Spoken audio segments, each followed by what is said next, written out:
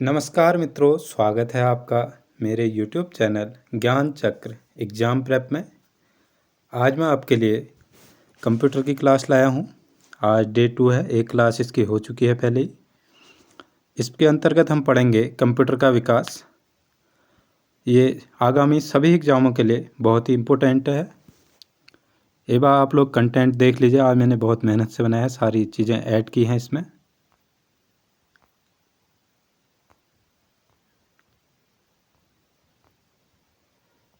तो चलिए शुरू करते हैं, देखते रहेंगे content.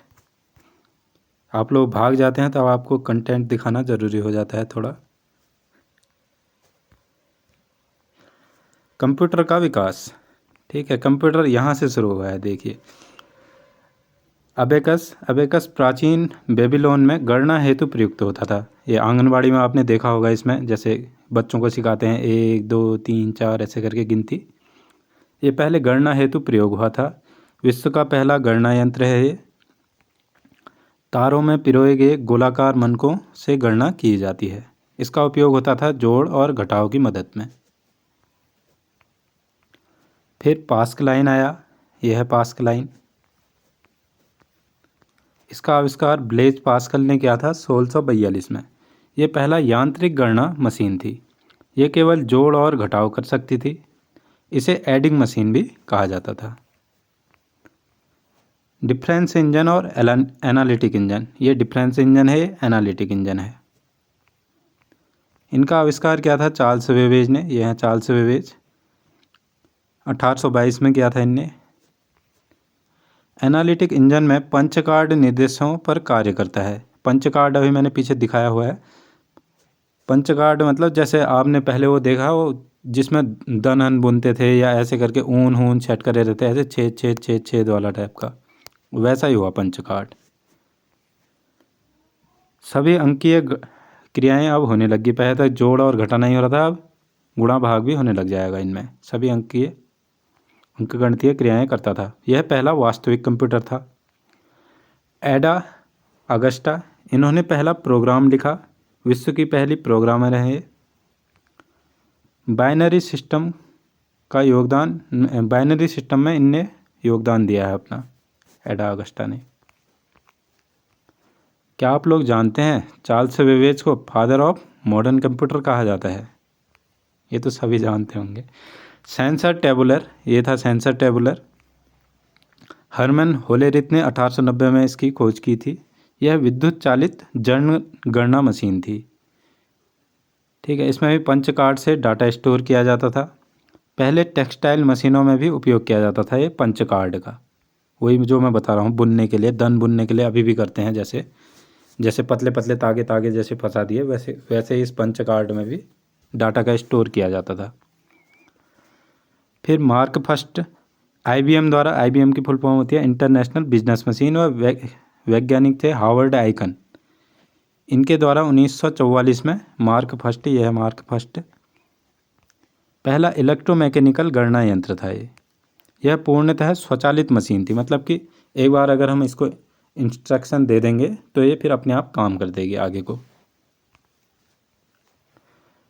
ABC Atanasoff Berry computer, ये ABC कंप्यूटर है। इसको जॉन एटना साप और क्लिफोर्ड बेरी ने 1939 में बनाया था। इन्होंने अपने नाम पर ही रख लिया इसको, एटना साप और बेरी ने। यहाँ ये पहला इलेक्ट्रॉनिक डिजिटल कंप्यूटर था। ABC का मतलब वही है, एटना सॉफ्ट बेरी कंप्यूटर। फिर आया ENIAC 1946 में। इसकी फुल फॉर्म एग्ज़ाम में बहुत बार आ चुकी है, electronic numerical integrator and calculator. ये था ENIAC। इसको बनाया था मतलब JP एकर्ट और जॉन मुस्ली ने। यह पहला पूर्णतः इलेक्ट्रॉनिक डिजिटल कंप्यूटर था। ये वाले सवाल ज़्यादा आते हैं, जैसे कि पूर्णतः इलेक्ट्रॉनिक डिजिटल कंप्यूटर कौन सा था, व्यावसायिक कंप्यूटर कौन सा था, पहला माइक्रो व्यावसायिक कंप्यूटर कौन सा था। इन चीज़ों में आप लोग ध्यान रखना, इनके नोट्स बना लेना आप लोग। सामान्य गणनाओं में इसका प्रयोग किया जाता था। फिर आया EDVAC, electronic discrete variable automatic computer. यह है एडवेक। इससे स्टोर्ड प्रोग्राम कंप्यूटर की शुरुआत होगी। मतलब कि अब हम स्टोरेज कर सकते हैं, जैसे स्टोर्ड प्रोग्राम की शुरुआत हुई, जैसे अब हम इन चीज़ों में स्टोर कर सकते थे, जैसे आजकल भी करते हैं, जैसे चिप में स्टोर कर देते हैं, पेन ड्राइव में कुछ भी चीज़ स्टोर करके रख लेते हैं हम अपने पास, कुछ भी काम की चीज़ें। तो वैसे ही स्टोर्ड प्रोग्राम की शुरुआत यहाँ से हो गई थी, एडवेक से। वॉन न्यूमैन का योगदान आधुनिक कंप्यूटर के विकास में, इन्होंने बाइनरी सिस्टम दिया। ये डाटा और निर्देश दोनों को बाइनरी में स्टोर करना की विधि वॉन न्यूमैन ने सिखाई। फिर आता है यूनिवैक 1954 में, यूनिवर्सल ऑटोमेटिक कंप्यूटर, यह है यूनिवैक। अब देखिए धीरे धीरे आकार छोटा होते जाएगा कंप्यूटरों का। जीईसी कंपनी द्वारा निर्माण किया गया इसका। प्रथम व्यावसायिक कंप्यूटर था, इम्पोर्टेंट, व्यापारिक उपयोग के लिए बनाया गया था ये। फिर आए माइक्रो प्रोसेसर, यह है इंटेल का माइक्रो प्रोसेसर। इंटेल 4004 1970 में इसका विकास किया गया। अब क्या हुआ, अंदर की चीज़ें अगर जैसे कंप्यूटर है, मैं अंदर की चीज़ें अगर छोटी कर दे रहा हूँ, इतने में ही वो करने लग जा रहा हूँ, तो उनका आकार भी अब छोटा छोटा होने लग जाएगा कंप्यूटरों का। यहाँ से जैसे इसका आविष्कार हुआ तो फिर कंप्यूटरों का आकार छोटा हुआ, माइक्रो कंप्यूटर की शुरुआत हुई छोटे कंप्यूटरों की। देखिए ये अब आने लग गए नीचे। प्रमुख ब्रांड हैं इसके इंटेल, AMD, सेलेरॉन, पेंटियम। ये देखिए इंटेल का ही है ये माइक्रो प्रोसेसर। फिर एप्पल 2 आया 1977 में, ये एप्पल 2 है। प्रथम व्यावसायिक माइक्रो कंप्यूटर, पहला व्यावसायिक कंप्यूटर पूछेगा तो यूनिवैक, अगर व्यावसायिक माइक्रो भी लगा देगा उसमें तो ये एप्पल 2। एप्पल कंपनी द्वारा निर्मित था ये, व्यक्तिगत उपयोग की यहाँ से शुरुआत होने लगी। अब कंप्यूटर का वर्गीकरण देखते हैं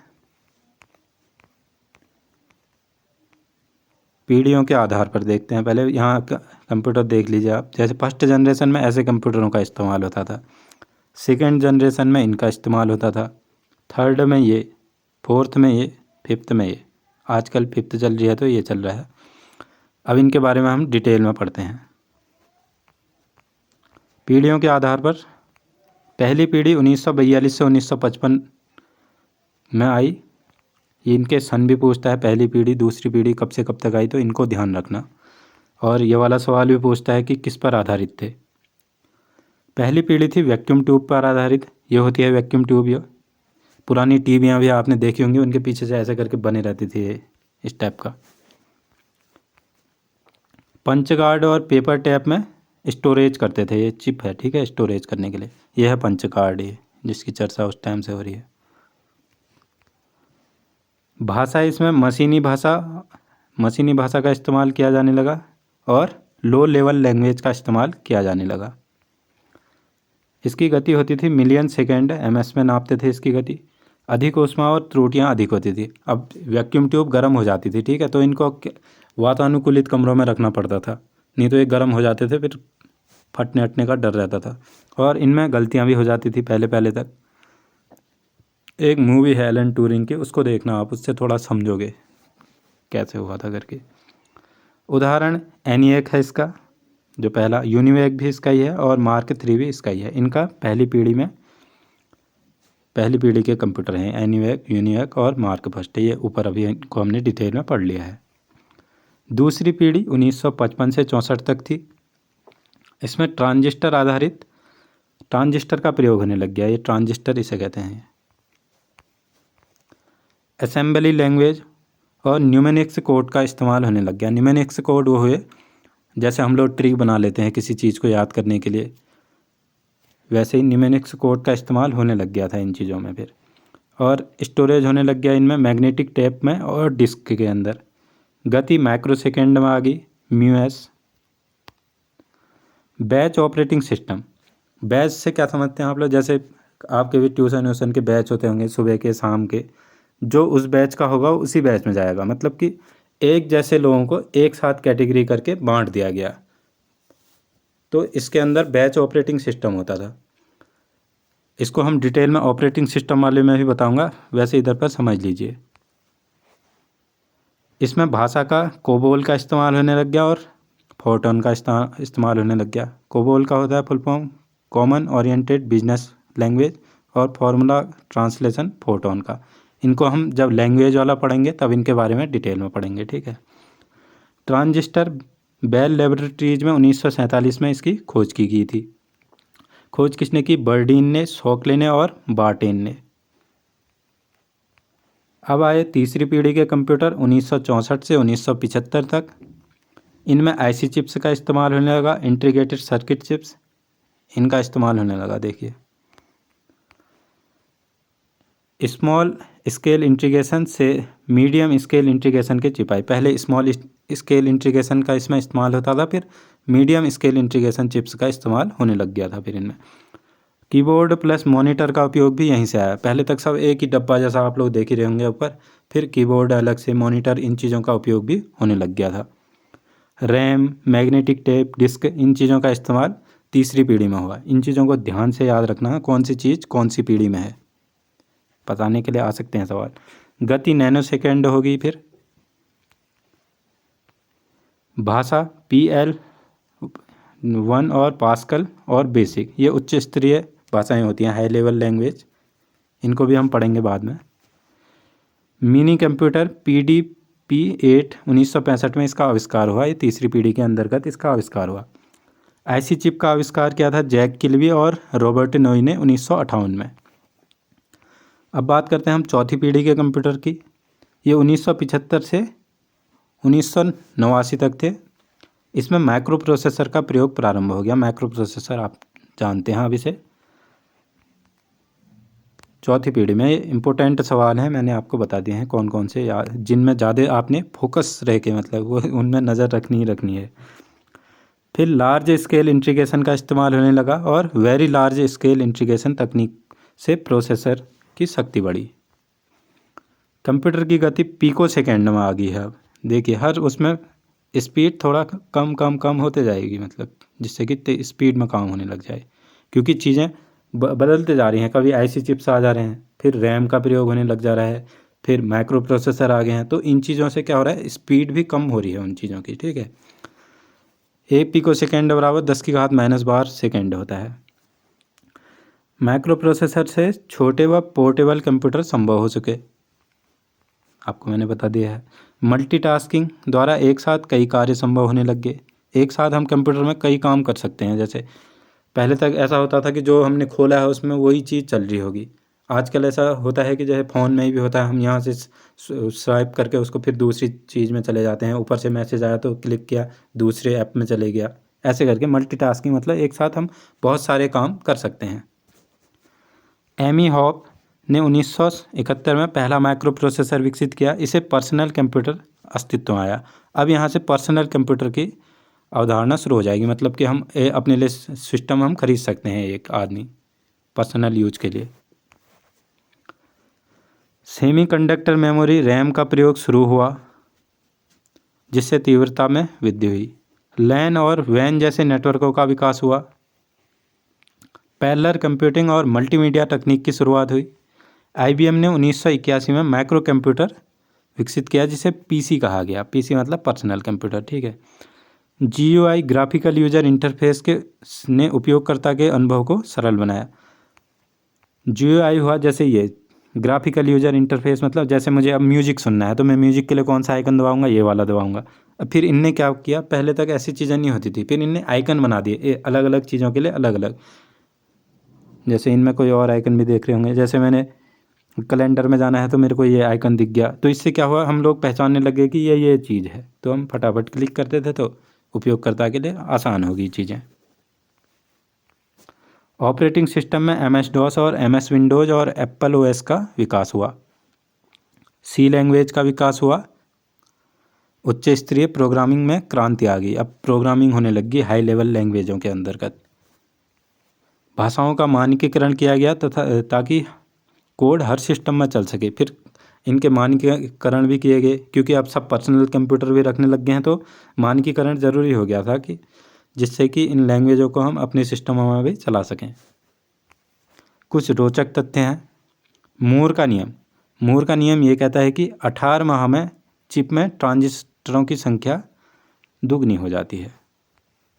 आए हैं पेपर में ये। अल्ट्रा लार्ज स्केल इंटीग्रेशन में एक चिप में 1 करोड़ डिवाइसेज तक संभव है बल। अब बात करते हैं हम 5वीं पीढ़ी की। 1989 से अब तक अल्ट्रा लार्ज स्केल इंटीग्रेशन और सुपर लार्ज स्केल इंटीग्रेशन तकनीक से बहुत ही शक्तिशाली माइक्रो प्रोसेसर बने। ये छोटे, हल्के और हाथ में उठाने योग्य सुपर फास्ट कंप्यूटर विकसित हुए। मल्टीमीडिया का विकास हुआ, एनिमेशन का विकास हुआ, मनोरंजन व शिक्षा क्रांति आई। ये चीज़ें आजकल जो हम यूज करते हैं तो आप लोग इनको आसानी से समझ रहे होंगे। इंटरनेट और सोशल मीडिया से संचार और जानकारी आदान प्रदान में बेहद आसान हुआ। जैसे यूट्यूब सोशल मीडिया है, इससे मैं आप लोगों से जुड़ पा रहा हूँ, इंटरनेट की सुविधा से जुड़ पा रहा हूँ। CD, DVD, ब्लू-रे जैसी ऑप्टिकल डिस्क में उच्च भंडारण क्षमता उपलब्ध होगी। ड्यूअल प्रोसेसर पैरेलल प्रोसेसिंग से गति अत्यधिक तीव्र हुई। मतलब कि पैरेलल प्रोसेसिंग जैसे ऐसे करके कंप्यूटर ये लगा दिए, ये कंप्यूटर सिस्टम है, ठीक है। तो ये पैरेलल है ना दोनों के दोनों, तो यहाँ भी सिस्टम चल रहे हैं, यहाँ भी सिस्टम चल रहे हैं, ऐसे करके। Email, internet, world wide web WWW जैसे नेटवर्किंग टूल्स का विकास हुआ। सूचना प्रौद्योगिकी IT, इंफॉर्मेशन हाईवेज की अवधारणा सामने आई।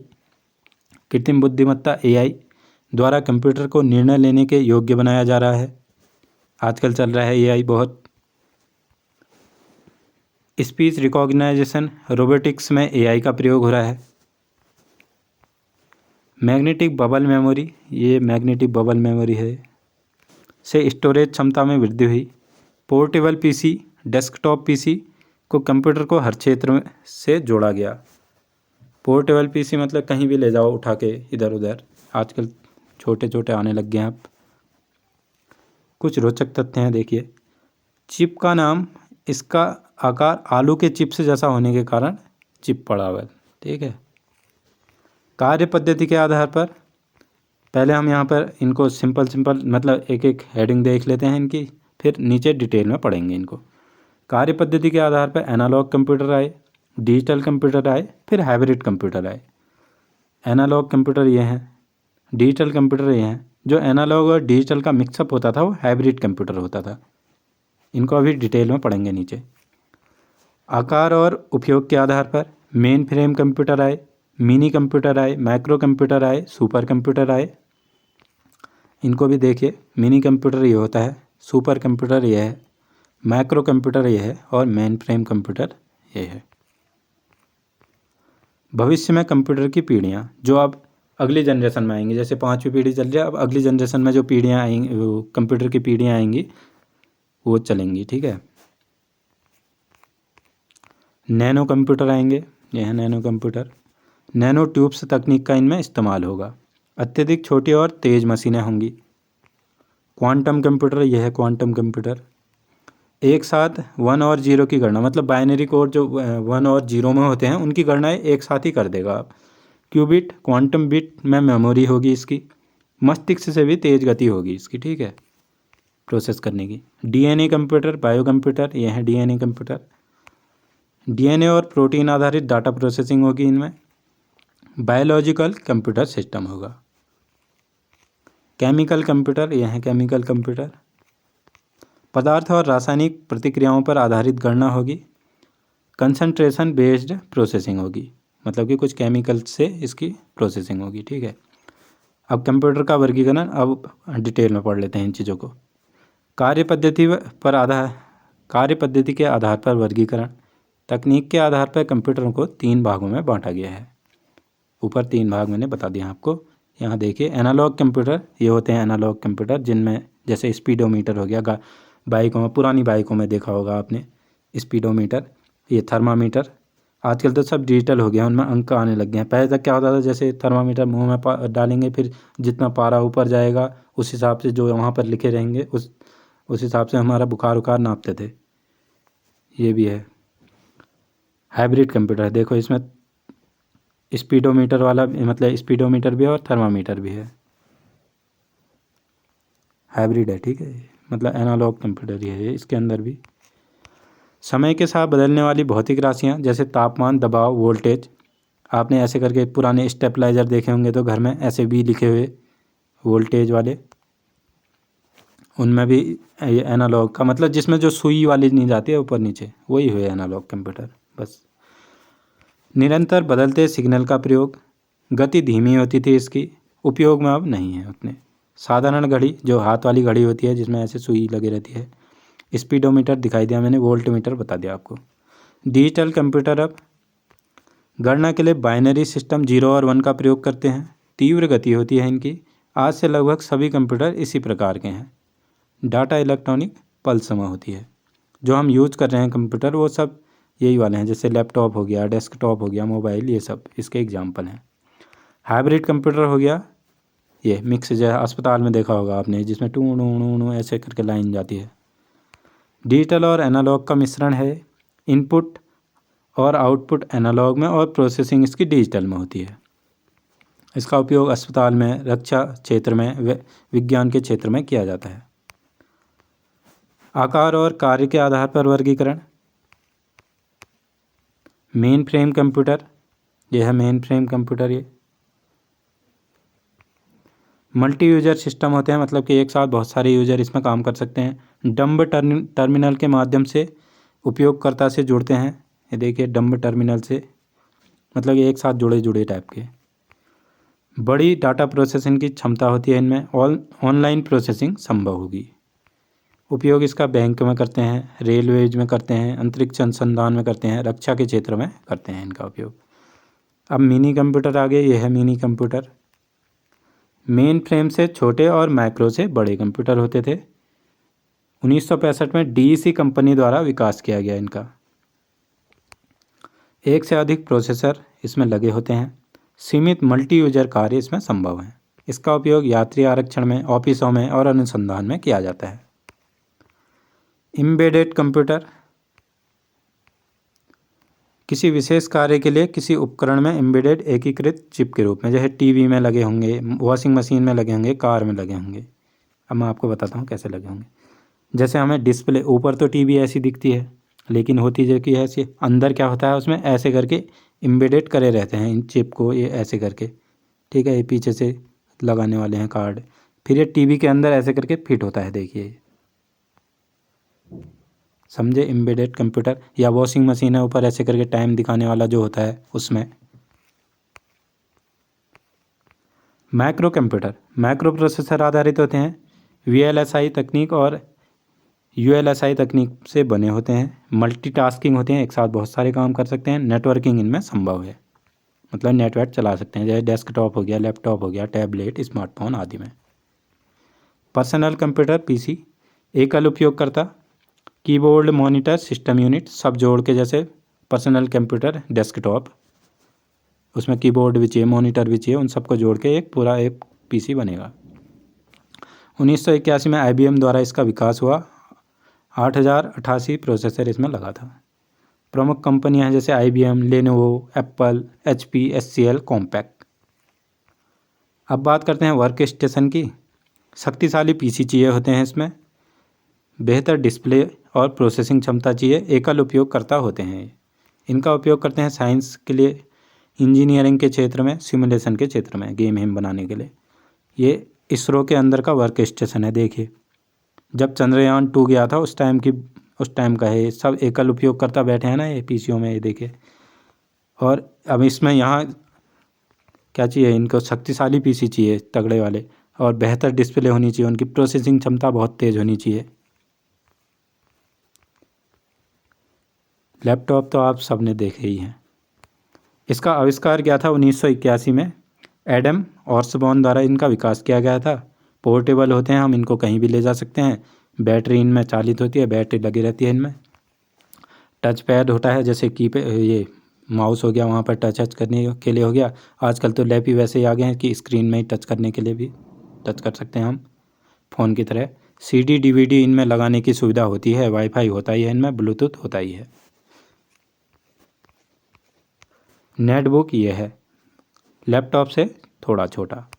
मुख्यतः इंटरनेट उपयोग के लिए इसका इस्तेमाल किया जाता है। ऑप्टिकल ड्राइव नहीं होता है इसमें। इसकी स्क्रीन 10 से 14 इंच की होती है। टैबलेट, ये इससे भी आप सब परिचित हैं। टच स्टाइलिश से इनपुट किया जाता है, मतलब कि इसमें मैं ऐसे करके टच करता तो इस चल जाता, मतलब इसके अंदर जैसे ये फ़ोन चला रहा हूँ वैसे ही। फ़ोन टैबलेट से भी थोड़ा छोटा होगा। ऑन स्क्रीन कीबोर्ड होता है इसमें। वाईफाई कनेक्टिविटी होती है, हाथ में पकड़ के हम इसका उपयोग कर सकते हैं। उदाहरण एप्पल का आईपैड या कोई भी। पाम टॉप बहुत छोटा हथेली के समान होता है, यह है पाम टॉप। आवाज़ से इनपुट देते हैं इसमें। पीडीएफ पर्सनल डिजिटल असिस्टेंट, छोटा कंप्यूटर और फ़ोन जैसा इसका उपयोग होता है। अब ये चीज़ें उतनी चलन में है नहीं। स्मार्टफोन, ये आप सबका ड्रीम फ़ोन है। फ़ोन प्लस कंप्यूटर के फीचर दोनों होते हैं। आप लोग चला रहे हैं इनको तो आप लोग जानते होंगे। टच स्क्रीन आधारित होते हैं, हाथ में प्रयोग संभव होता है इनका। विभिन्न पोर्टेबल डिवाइसों में अंतर। अब फटाफट एक बार क्विक रिवीजन, ठीक है। प्रकार, आकार, मुख्य विशेषता। लैपटॉप बड़ा होता है, गोद में रखकर उपयोग करना होता है। नोटबुक हल्का होता है, पोर्टेबल, 12 से 15 इंच स्क्रीन होती है। नेटबुक छोटा होता है, इंटरनेट उपयोग के लिए कम क्षमता होती है इसमें।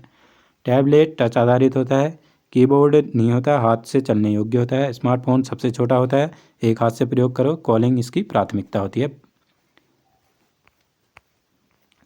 अब बात करेंगे हम इन सारे कंप्यूटरों के दादाजी की, ठीक है। ये है सुपर कंप्यूटर, सबसे तेज़ कंप्यूटर। हज़ारों प्रोसेसर लगे होते हैं, इनको देख लीजिए। पैरेलल कहेगा तो ये पैरेलल में है, ठीक है, ये पीछे तक। समांतर प्रोसेसिंग, ये आ ही गया। समांतर प्रोसेसिंग होती है इनमें। फ्लोप्स में इसकी गति को नापते हैं। फ्लोटिंग पॉइंट ऑपरेशन पर सेकेंड में इसकी गति को हम माप सकते हैं। विश्व में पहला सुपर कंप्यूटर का निर्माण अमेरिका के क्रे रिसर्च कंपनी को जाता है, जिसकी स्थापना सैमुअल क्रे ने की थी। सुपर कंप्यूटर के क्षेत्र में सर्वाधिक योगदान के लिए सैमुअल क्रे को सुपर कंप्यूटर का जन्मदाता कहा जाता है। Father of supercomputer Samuel Cray को कहा जाता है। इम्पोर्टेंट सवाल है, आता है पेपरों में। इनका उपयोग करते हैं हम अंतरिक्ष के लिए, मौसम विज्ञान में, रक्षा, अनुसंधान, डिजाइनिंग के क्षेत्र में इनका उपयोग किया जाता है। ये अभी तक कितने हैं, 4 या 5 देशों के पास उपलब्ध हैं। भारत में सुपर कंप्यूटर परम सीरीज सीडैक पुणे ने बनाया था। सीडैक की फुल फॉर्म होती है central development of advance computing. ये वाले सवाल इम्पोर्टेंट हैं, ठीक है। किसने कौन सा बनाया, इनमें ध्यान देना अच्छे से। परम 8008 1991 में इसके निर्माण का श्रेय सीडैक के निदेशक डॉक्टर विजय भास्कर को जाता है। परम पद्म 2003 में बनाया गया, इसकी स्पीड थी 1 टेराफ्लॉप्स।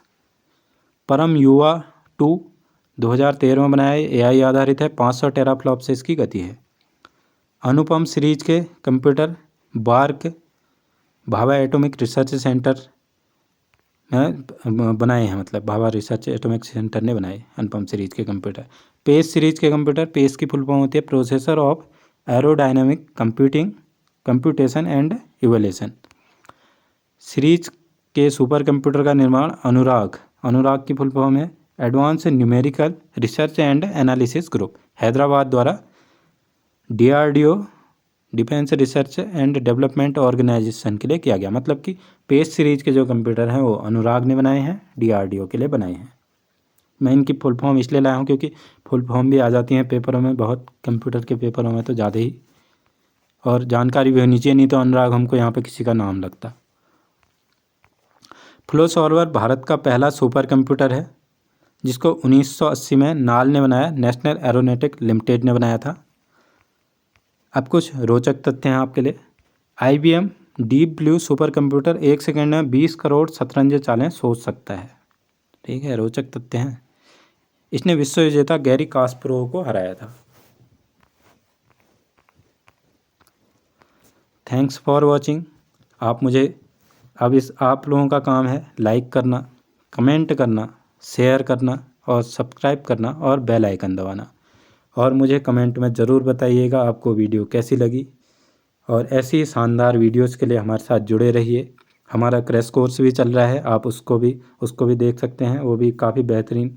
उसमें मैं सारे सब्जेक्ट अभी चलाए हैं, 3 सब्जेक्ट डेली के चल रहे हैं। हमारी 20 क्लासें उसमें हो चुकी हैं, मतलब कि 60 से ऊपर हमारे टॉपिक हो चुके हैं। और हमारी क्या कहते हैं, आज तक की जितनी मतलब जो नई बुक्स आई हैं उनकी समसामयिकी मैंने करा दी है, और एक इंडिविजुअल टॉपिक सीरीज भी चल रही है, उसके अंदर मैं आपके लिए जल्दी ही कुमाऊनी, गढ़वाली इन चीज़ों को भी इंक्लूड करूँगा, क्योंकि आप लोग इनके लिए बहुत परेशान हो रहे हैं। धन्यवाद।